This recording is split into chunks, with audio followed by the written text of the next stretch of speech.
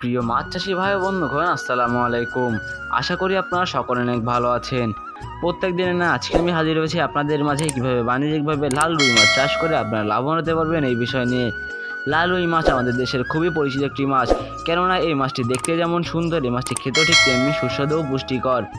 বর্তমান বাজারে কিন্তু লাল রুই মাছের বেশ চাহিদা রয়েছে, তাই আপনি যদি চান আপনার নিজের ভাগ্য পরিবর্তন করতে, তাহলে আপনি এই মাছটি চাষ করতে পারেন।